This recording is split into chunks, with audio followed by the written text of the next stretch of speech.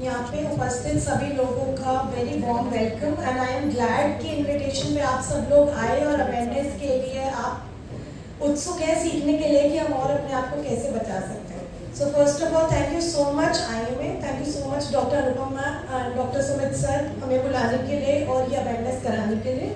Also thank you to women's doctor wing for inviting us and talking about such an important topic. अब आप लोगों को ये लग रहा है कि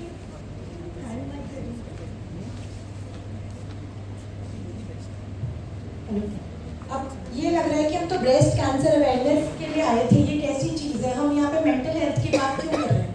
ये ऐसा क्या है कि हमें ये बात भी करनी ज़रूरी है साथ में जब हम कैंसर की बात करते हैं। तो हम बहुत छोटी सी बात करेंगे कि इतनी सारी चीज़ें आपने देखी, डॉक्टर ने आपको कितनी चीज़ें समझाई कि स्क्रीनिंग कैसे करी जाती है, क्यों करनी चाहिए, कब करनी चाहिए और कितनी ड्यूरेशन में करनी चाहिए, सब चीज़ें आपने सुनी और समझी। बट उसके साथ साथ हमें पता है कि हमारा शरीर एक ही चीज़ है, ये दिमाग और ये शरीर कॉम्बिनेशन में ही काम करते हैं। ऐसा नहीं होता है कि आपका शरीर अलग चीज़ को सोच रहा है और आपका दिमाग अलग चल रहा है। जब तक दोनों का तालमेल बढ़िया नहीं बैठेगा, हम स्टार्टिंग से ही इस चीज़ से लड़ना या एटलीस्ट इस डायग्नोसिस तक पहुंचना भी नहीं पहुंच पाएंगे। So, hello everyone, I am Dr. Rashi Agarwal. I am a psychiatrist, which means I deal with everything related to mind and mental health. अब इस बार जैसा आप सबको बताया गया, अक्टूबर है ब्रेस्ट कैंसर अवेयरनेस मंथ और इस वाले मंथ में ये डिसाइड हुआ इंटरनेशनली कि इसकी थीम रखी गई है awareness of mental health challenges that accompany a diagnosis. जरूरी नहीं है कि हम सिर्फ स्क्रीनिंग तक बात करें या उसके आगे उसकी डायग्नोसिस और ट्रीटमेंट की, हम ये भी देखें कि ये लोग जिनको डायग्नोसिस करानी होती है या जिनकी डायग्नोसिस हो भी जाती है, उनके क्या क्या मेंटल हेल्थ चैलेंजेस हैं और वो क्यों इन्हें ओवरकम नहीं कर पाते। आपने देखा breast cancer one of the most common cancers globally बन चुका है एंड इतनी सारी लाइफ एंड अगेन 2022 का डेटा है हमारे पास, बहुत आज की हमारे पास डेटा है नहीं, बट नेचुरली ये नंबर इंक्रीज ही हो रहा होगा। इतने विमेन वर्ल्ड वाइड इस चीज़ से अफेक्टेड हैं and I think because of शर्म, बिकॉज ऑफ एक टैबू, बिकॉज ऑफ स्टिग्मा, जो हमें लगता है ऐसी चीज़ों के बारे में इतनी ओपनली बात नहीं करनी चाहिए। कितने लोग मेरे साथ इस चीज़ में अग्री करेंगे कि ये चीज़ ऐसी नहीं है ना, बड़े होते हुए हमने घर में नहीं सुनी। बहुत कॉमनली आपने सुना होगा कि शुगर, अरे इनको इनकी एज हो रही है, आप इनका शुगर का टेस्ट करा, या इनके ना मुझे लग रहा है घुटनों में दर्द हो रहा है, आप डॉक्टर को दिखाने चले। कितनी बार आप लोग के घर में इस तरीके की बातें हुई होगी कि महिलाओं को लेके जाएं ब्रेस्ट कैंसर की स्क्रीनिंग कराई जाए। इस बारे में तो कोई बोलता ही नहीं है, कि हश वाली चीज़ें छुपा दी जाती हैं, मत कराओ, किसी को नहीं होता। बट जब हम नंबर देखते हैं तो हमें पता चलता है कि कितना हाई नंबर है ये चीज़ और कितना ज़रूरी है ये स्क्रीनिंग होना। मोस्ट कॉमन रीज़न, मैंने स्टिग्मा की तो बात करी, क्यों नहीं जाते लोग स्क्रीनिंग कराने। हम अनफॉर्चुनेटली हम किसी ना किसी दूर के ऐसे जने को जानते होंगे जिसको ब्रेस्ट कैंसर का या एक बार फियर, स्केयर या एक्चुअल डायग्नोसिस हुई होगी, बट स्टिल स्टिग्मा, अगर कुछ हो गया तो, किसी को पता लग गया तो, वहाँ जाके मुझे किसी ने देख लिया, तो ये स्टिग्मा भी इतना हाई है कि डॉक्टर के पास जाने तक का ही बैरियर इतना बड़ा है। किसी को स्क्रीनिंग में कुछ मिल भी जाता है तो कई बार वो इतना डिनाइल में रहते हैं कि मुझे तो ये हो ही नहीं सकता, या मेरे आसपास कभी मैंने किसी को सुना ही नहीं है, कि वो इस स्टिग्मा की वजह से वहाँ तक पहुँच ही नहीं पाते। इलाज तो तब होगा जब हम एक बार सही जगह सही समय पे पहुँच पाएंगे। अब कल्चरल बिलीफ की बात आती है। कल्चरल बिलीफ हमारा कोई नहीं कराता, दूर दूर तक कभी किसी ने इसके बारे में सुना ही नहीं है, तो कराना ज़रूरी है भी, ऐसा तो नहीं ज़बरदस्ती की चीज़ है। कल्चरल बिलीफ जो मैंने सबसे पहले कहा, फैमिली में बात ही नहीं होती इस बारे में। ओपन कॉन्वर्सेशन, अपनी हेल्थ के बारे में बात करने में ऐसा लगता है कि कुछ गलत कर रहे हैं। फैमिली की हेल्थ देख ली, बच्चों की देख ली, पर जब महिलाओं की अपनी बात आती है तो मुझे ऐसा लगता है कि उनकी अपनी हेल्थ एक प्रायोरिटी नहीं रहती, बहुत बैक सीट ले लेती है वो, कि बाद में देखेंगे, बाद में, सब चीज़ हम पाइल अप करते रहते हैं। अदर बैरियर ऐसा लगता है कि बहुत महंगी जांच है, या फिर किसी ने वहाँ कुछ पूछ लिया तो मुझे बहुत शर्म आएगी, चेक कैसे कराऊंगी। हम ये नहीं समझते कि मेडिकल सिस्टम आपकी हेल्थ के लिए है और यही से फायदा ही होगा। अब एक और जो रीज़न सबको लगता है, बहुत दर्द होगा क्या जांच में, हम जाएंगे तो पता नहीं क्या होगा, किस तरीके से कराया जाएगा। आपको इससे पहले सब दिखाया गया कि स्क्रीनिंग, सेल्फ स्क्रीनिंग आप खुद कैसे कर सकते हैं, पर सेल्फ स्क्रीनिंग के अलावा आपने देखा मैमोग्राफी किस तरीके से होती है, तो ये कोई पेनफुल प्रोसीजर नहीं है, ये एक मिथ है। तो सबको लगता है कि बहुत पेनफुल होंगी जो जांचें, अगर हम अपने रेगुलर रूटीन चेकअप के लिए भी जाएंगे तो।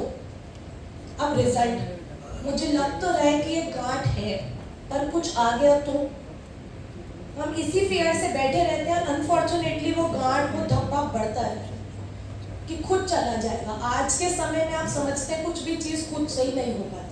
हमारा इन्वायरमेंट, हमारा स्ट्रेस लेवल इतना ज़्यादा है कि इसके लिए ट्रीटमेंट ही चाहिए। और मेन जब ये लगता है कि घर में किसी को हुआ था, तो अब मुझे अगर गांठ मिल गई है, पक्का कुछ गलत होगा। तो इस बात की बजाय कि हम जल्दी जाएं और जल्दी इलाज लें, डर में बहुत सारी फीमेल ऐसी आती हैं जो कहती है मुझे पता तो साल भर पहले चल गया था, बट आ नहीं पाई। ये डर मुझे खाता रहा कि कुछ निकल गया तो। फॉल्स पॉजिटिव, कई लोगों को लगता है कि पहले ना गलत जांच आ गई थी, ऐसे ही उन्होंने बता दिया, तो दोबारा जाऊंगी तो ऐसे ही मुझे बता देंगे। जैसे आप समझते हैं सब मशीनों की एक लिमिट होती है, कोई भी चीज़ 100% परफेक्ट नहीं हो सकती, 99.99 तक ही ले जा सकते हैं, मैक्सिमम किसी चीज़ को ले जा पाएंगे तो भी। अब अगर कुछ आ भी गया ना, तो सब ये बोलते हैं किसी को बताना मत, चुप रहो, घर में रहो, शेयर मत करना अपने फ्रेंड्स में या फैमिली में किसी से। तो जो कैंसर के पेशेंट होता है वो ऑलरेडी एक तो इस बात से परेशान है कि मेरे साथ ये चीज़ें हो रही है, सेकेंडली अब वो किसी से अपनी प्रॉब्लम शेयर नहीं कर सकते, तीसरी चीज़ ये खाए जा रही कल क्या होगा, बचूंगी नहीं बचूंगी, क्या होगा, क्वालिटी ऑफ लाइफ इतनी हमारी खराब हो रही है, आगे कैसे करना है। इस समय जब हमें और ज़्यादा लोगों की ज़रूरत है, हम चाहेंगे कि हमारे साथ लोग जुड़े, हमारी हेल्प करें, हमारा दर्द और दुख सुने, उसी समय उस पर्सन को हम आइसोलेट कर देते हैं। किसी को मत बताओ, चुपचाप डॉक्टर के जाओ, इलाज लो और घर पे बैठो अपना, और घर के काम वाम जो करो वो करो। इतनी स्टडीज में देखा गया कि सपोर्ट और अंडरस्टैंडिंग से रिजल्ट्स में भी फर्क आता है। आप जो भी इलाज लेंगे, अगर आपके पास positive support, family, love, care, understanding, ये चीज़ें होंगी तो नेचुरली, सिर्फ मैं कैंसर में नहीं कह रही, आप समझ सकते हैं किसी भी बीमारी में सही होने के हमारे चांसेस बढ़ जाते हैं। बार बार मैं एक ही बात रिपीट करूंगी, इसमें कोई शर्म नहीं है। जैसे आप अपने पेट का अल्ट्रासाउंड कराते हैं, इसी तरीके से ब्रेस्ट का भी मैमोग्राफी एक अल्ट्रासाउंड, एक जांच ही है। इसको नॉर्मली लीजिए और इसके अगेंस्ट जितना स्टिग्मा है, वो शर्म, वो शेम जो एक्चुअल चीज़ है, उसे हटाइए। अब मेंटल हेल्थ का क्या रोल आता है यहाँ पे? अगर हम मानसिक रूप से ही ग्रस्त हो जाएंगे इस चीज़ को लेके कि क्या होगा, मानिए पहले भगवान ना करे किसी एक चीज़ में एक डायग्नोसिस आ गई, हम उसी फियर में इतना खाता चला जाएगा कि शायद हम नेक्स्ट स्क्रीनिंग पे जा ही ना पाए, अगला टेस्ट दे ही ना पाए, या हमारा मूड इतना ऑफ हो जाए, हम खाना पीना कम कर दें, हमारा मूड और खराब हो जाए। इससे भी डायग्नोसिस पे फर्क पड़ता है। अगर आपका मन ही आपका साथ नहीं देगा तो शरीर भी धीमे धीमे साथ छोड़ सकता है जरूर।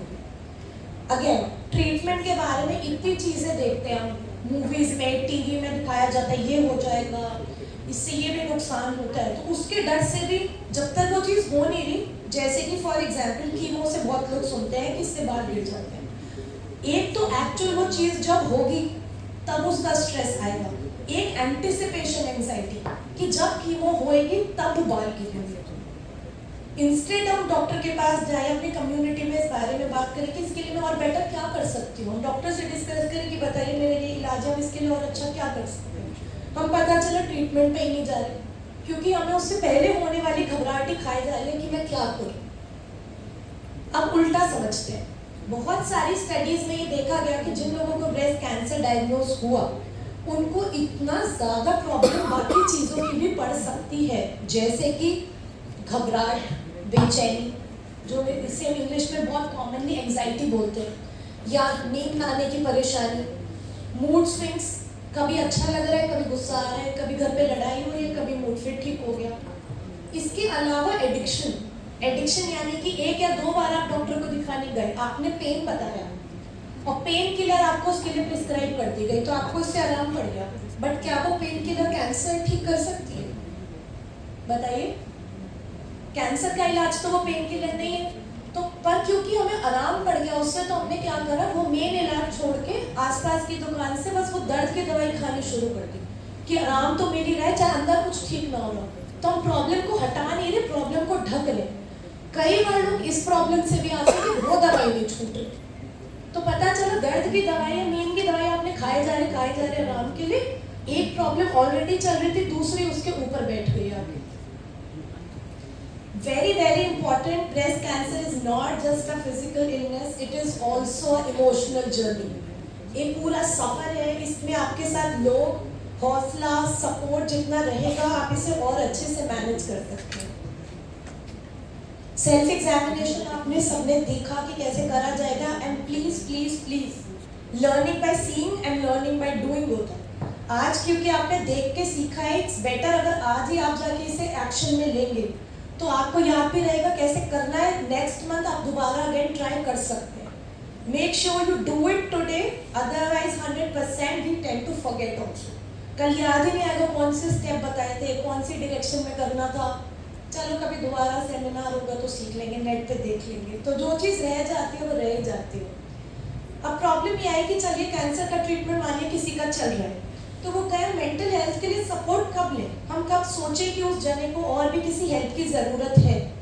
उन्हें हेल्प की ज़रूरत हो सकती है जब उनकी नींद में दिक्कत है, बार बार ऐसा लगे नींद आने में दिक्कत है या नींद मेंटेन नहीं हो रही है, मूड चेंज हो जाए, जो रोज़मर्रा की चीज़ें हैं उनमें प्रॉब्लम हो जाए, जैसे कि जो चीज़ें आपको पहले अच्छी लगती थी वो अब अच्छी ना लगती, चाहे वो टीवी पर उपमा देख रहे क्यों ना हो या किचन में अपना फेवरेट खाना बनाना, तो anything that is of interest to you in the past and आपको उसमें आज इंटरेस्ट नहीं आ रहा है, तो इस वजह से भी ये भी डिप्रेशन के सारे सिम्टम हो सकते हैं। चेंज इन एपेटाइट, भूख कम या ज़्यादा लगना, सुबह मन ही ना करना बिस्तर से बाहर निकलने का, मजबूरी में अपने आप को घसीटना पड़ रहा है, काम में फोकस ना लग पाना, किसी न किसी के तरीके की और दवाइयों का इस्तेमाल करना, अजीब अजीब दर्द, सिर दर्द, पेट दर्द, ऐसी चीजें होना जो आपको पहले ना हो।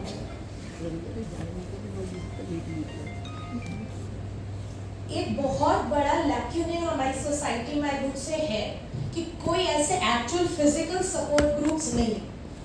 Online you will find support groups, जो ब्रेस्ट कैंसर के लोग जो डायग्नोज होते हैं या जिन्हें पहले सही भी हुआ है वो आके अपनी स्टोरी बताते हैं तो उससे एनकरेजमेंट मिलता है। बट प्रैक्टिकल लेवल पे I would like more people to come forward और ऐसे ग्रुप्स बनाए जाए जो बैठ के पूरा अपना एक्सपीरियंस शेयर किया जाए, जिससे कि जिसके साथ ये हो रहा है पूरा सफर वो अपने आप को अकेला फील ना करे। अपने आप ही सिर्फ ग्रुप थेरेपी से भी बहुत ज़्यादा एंजाइटी का रिडक्शन हो जाता है।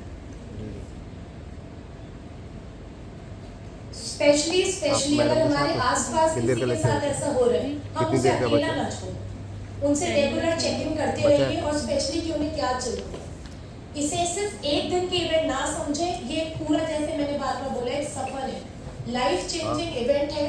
शरीर, दिमाग, आपका सोशल, आपकी फैमिली, बहुत चीज़ों को ये चेंज करेगा, बट इसमें सपोर्ट रहेगा तो ये चेंज भी हम आसानी से कर सकते हैं। अब जैसे मैंने बोला थोड़ा बहुत मूड सबका खराब हो जाता है, दैट्स नॉर्मल, कभी ना कभी सैडनेस आएगी, कभी ना कभी मूड स्विंग्स भी हो जाएंगे, बट ये हम कैसे सोचें कि एक्चुअल डिप्रेशन कब है, कि ऐसी क्या चीज़ है कि हाँ भाई ये मैं सैड हूँ, ये मैं डिप्रेस्ड हूँ। कब बोलेंगे वो, जब ज़्यादातर समय इंसान का इसी में निकल जाए, उदासी में। पिछले 2 से 4 हफ्तों में most of the time sad रहे, काम में मन ना लगे, नर्वस हो जाए, थकान महसूस होने लगे, ज़्यादा रोना आने लगे, बार बार आपका जिस इंसान का डायग्नोसिस हुआ है वो आपको फ़ोन करके बोले मुझे जीने की इच्छा ही नहीं, तो उनको ये बात बोले क्योंकि आप इलाज ले रहे हैं, आपके सही होने के कितने ज़्यादा % चांस हैं, पर अगर आप पहले ही हार मान लोगे कि मैं जीना ही नहीं चाहती, इससे तो सब खराब ही हो रहा है, तो वो स्टडीज़ में देखा गया वो चांस भी कम होता चला जाएगा, जो एक रिकवरी रेट हम बोलते हैं। Positive thoughts naturally affect your prognosis also. अब इमोशनल टोल तो हो ही रहा है, इससे जो मैं बार बार बोलूँगी, हम इन चीज़ों को हल्के में ना लें, नींद ना आना, मेमोरी इशू होना, हार्मोनल चेंज होना, ये ना सोचें ये सब मेरे मन में है इसलिए हो रहा है, आपकी बीमारी की वजह से भी हो सकता है और जो आप इलाज ले रहे हैं उसकी वजह से भी चीज़ें हो सकती हैं, बट फॉर्चुनेटली ये सारी चीज़ें आज की तारीख में बहुत ज़्यादा मैनेजेबल हैं। कई लोग जो पूरी इस जर्नी से निकले हैं, ठीक हुए, नॉर्मल लाइफ आज जी रहे हैं, वो भी कई बार ये बोलते हैं, हमें वो चीज़ याद करके तक घबराहट हो जाती है कि दोबारा ऐसा ना हो जाए। हर दिन वो उठते हैं और वो सोचते हैं कि दोबारा तो मेरा ये नहीं आ जाएगा सिचुएशन, तो इसलिए हमें सपोर्ट ज़रूरी है. So I'll just wind up by saying counseling is available. Please seek help. बहुत सारे टेक्निक्स है, group therapy is available and और यस दवाइयाँ भी इन चीज़ों में बहुत इफेक्ट करती हैं और आपको इसका फर्क पड़ सकता है. So thank you so much and I really hope कि हम आसपास अपने जो भी लोग हों, कोई अगर ऐसा जगह डायग्नोज हो तो हम उनकी हेल्प करें और उनके साथ लगें जिससे कि वो इस बीमारी से बाहर निकलने में उन्हें और हेल्प हो. Thank you so much.